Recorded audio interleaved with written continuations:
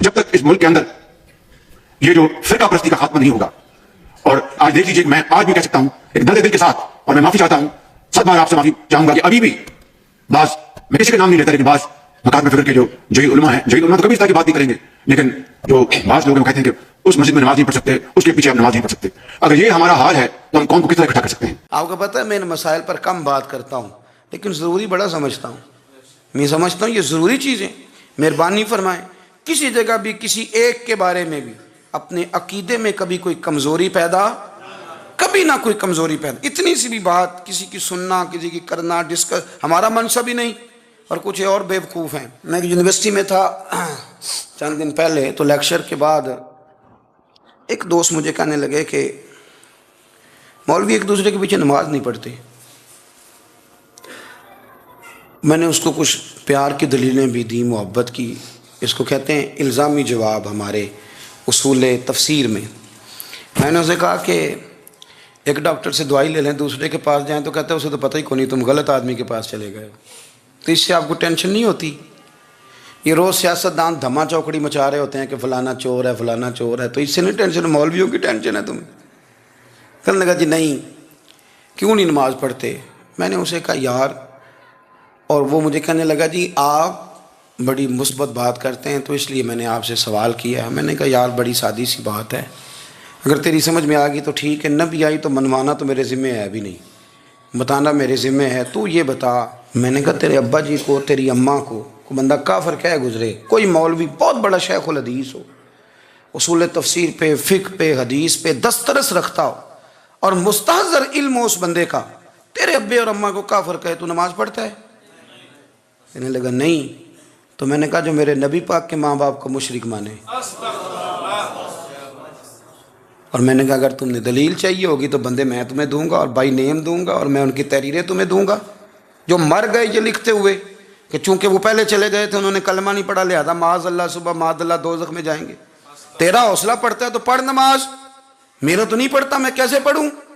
اور اس قدر کمزور نظریے ایک آدمی کہ اپنے قلم سے لکھتا ہے، اپنے قلم سے اپنی کتاب میں لکھتا ہے کہ جس مچھلی کے پیٹ میں حضرت یونس نے کچھ دن گزارے وہ مچھلی جنت میں جائے گی۔ دے شرم نہیں آتی؟ جس مچھلی کے پیٹ میں یونس چند دن رہے وہ جنت میں جائے گی، اور جس ماں کے پیٹ میں مدینے والے رسول 9 مہینے رہے، یہ حیا نہیں آتی تجھے بات کرتے؟ اگر پھر بھی سمجھ نہ آئے تو ہم سے آ کے عقیدہ سن، ہو درود تجھ پہ بھی آمنہ، ہو درود تجھ پہ بھی، تیرے لال پر بھی سلام ہو، تیری گود کتنی عظیم ہے، تیری گود کتنی۔ یار آپ مجھے دلیل دینا، میں آپ ہماری ساڑی تے واٹی کون نہیں تے سانجی کس نال ہونی ہے، ہمارا کسی سے ذاتی رٹا ہی کوئی نہیں، آپ بات کو سمجھیں۔ لیکن تجھے کوئی اور چیز لکھنے کو ملی کوئی نہیں، تو نے قلم اٹھایا اور تو تکلیف دیتا ہے نبی پاک کو، تو وصیت والدین کو معاذ اللہ یہ لفظ کہہ کے گزر جاتا ہے۔ اور ان کے نام دیکھو، آمنہ، نام کیا ہے؟ آمنہ۔ آمنہ نام کافروں جیسا ہے، اور والد کا نام کیا ہے؟ سبحان اللہ۔ عبداللہ کا معنی یہ کافروں جیسا نام ہے؟ مت ماری ہے، اور کتابیں لکھی جا رہی ہیں، اور سیرت لکھی جا رہی ہے، اور دلیلیں دی جا رہی ہیں، لوگوں کو خیال ہی نہیں آتا۔ عجیب فلسفہ ہے۔ 4 اقوال ہمارے بزرگوں نے لکھے ہیں نبی پاک کے والدین کے بارے میں۔ سب سے پہلے امام سیوطی فرماتے ہیں رسول کریم علیہ السلام نے فرمایا کہ پوری دنیا میں جب کفر رہتا ہے تب بھی 10 لوگ اللہ کی توحید پر ہمیشہ قائم رہتے ہیں۔ یہ نہیں ہو سکتا کہ ساری دنیا کفر سے بھر جائے۔ فرماتے ہیں میرے محبوب کے والدین بھی ان 10 لوگوں میں شامل ہیں، حضور کے والدین بھی ان۔ اور دوسرا قول آپ فرماتے ہیں نبی پاک کے والدین زمانہ فطرت پہ تھے۔ زمانہ فطرت وہ زمانہ ہوتا ہے جس کے اندر نبی نہیں ہوتا، تو لوگ جس دین کو بہتر سمجھتے ہیں، اللہ کی توحید کے ساتھ اس پر عمل کرتے ہیں، تو ان پر کوئی مواخذہ۔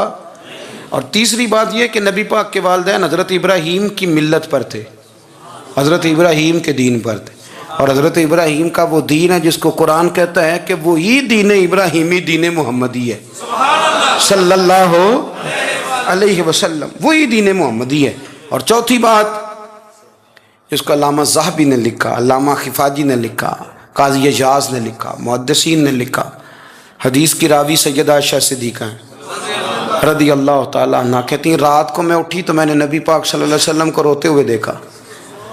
یا رسول اللہ کیا ہوا؟ فرمایا میں نے رب کریم کی بارگاہ میں عرض کی تھی، یا اللہ میرے ماں باپ کو زندہ کر دے تاکہ وہ میرا کلمہ پڑھ لیں، ہیں تو پہلے بھی دین فطرت پر انہیں کنتم خیر امت ان کا اعزاز بھی نصیب ہو جائے تو حضور فرمانے لگے اللہ نے انہیں زندہ کیا ہے، وہ میرا کلمہ پڑھ کے دوبارہ قبروں میں گئے ہیں۔